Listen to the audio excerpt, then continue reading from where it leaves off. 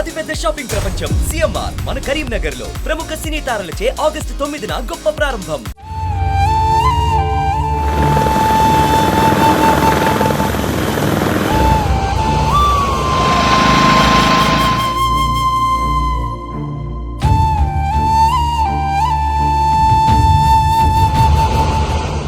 ఎక్కడ చూసినా శవాల తిప్పలే. అడుగేస్తే అడుగుకోక ఆటంకం, బురదలో ఇరుక్కుపోయిన బాడీలు, బండరాళ్ల మధ్య నలిగిపోయిన బతుకులు, వరదల్లో కొట్టుకొస్తున్న మృతదేహాలు, తలలేని మొండాలు, కాళ్ళు చేతులు కనిపించని శవాలు, నీళ్లలో తేలుతున్న ఇళ్లు, వరద నీటిలో కనిపించని గ్రామాలు, బూడిదైన బంగారు భవిష్యత్.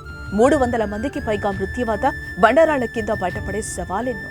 ప్రస్తుతం కేరళలో కనిపిస్తున్న హృదయ విదారకర దృశ్యాలివి.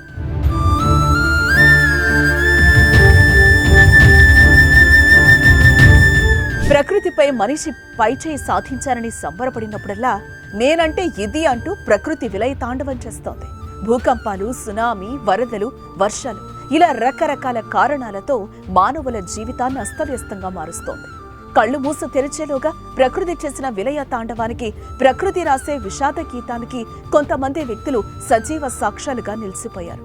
కేరళలో వర్షాలు, వరదలు సృష్టించిన విషాదం సునామీ తర్వాత అతిపెద్ద విపత్తుగా చరిత్రలో నిలిచింది.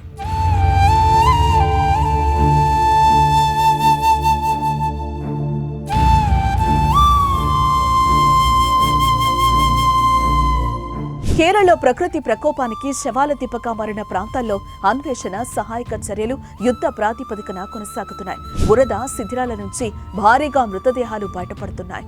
శిథిలాల కింద ప్రాణాలతో ఉన్న వారి కోసం రెస్క్యూ బృందాలు గాలిస్తున్నాయి. మరోవైపు ఈ జల ప్రళయానికి మానవుడి అత్యాశ, ప్రభుత్వాల నిర్లక్ష్యమే కారణమంటున్నారు పర్యావరణవేత్తలు. వయనాడుకు ఈ పరిస్థితి ఎందుకు వచ్చిందే? పశ్చిమ కనుమలు కేరళపై పగబట్టాయా అంటే అవుననే సమాధానం లభిస్తోంది. వయనాడ్ జిల్లాలో ప్రకృతి సృష్టించిన విపత్తు ఎన్నో కుటుంబాలను చిదిమేసింది.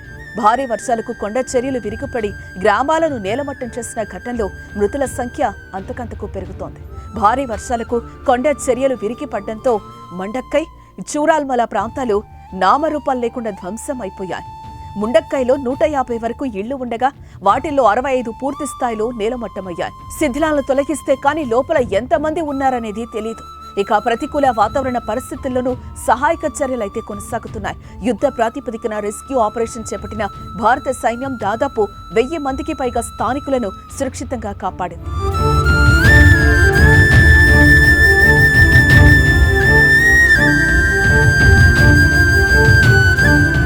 మరోవైపు మానవ చర్యల వల్లే కేరళలో తరచూ ఇలాంటి ప్రకృతి విపత్తులు జరుగుతున్నాయంటున్నారు పర్యావరణవేత్తలు.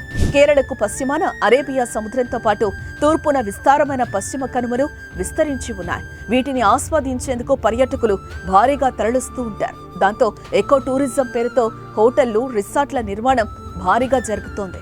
ఇందుకోసం అడవులను కూడా విచ్చలవిడిగా నరికేస్తున్నారు. పర్యావరణ పరంగా అత్యంత సున్నిత ప్రాంతమైన పశ్చిమ కనుమలు ఈ పరిణామాలతో తీవ్రంగా ప్రభావితమవుతున్నాయి. 2017, 18, 19లో వరుసగా తుఫాన్లు, వరదలు కేరళను ముంచెత్తాయి. ఇప్పుడు వయనాడు విధ్వంసం కోలుకోలేని దెబ్బతీసింది.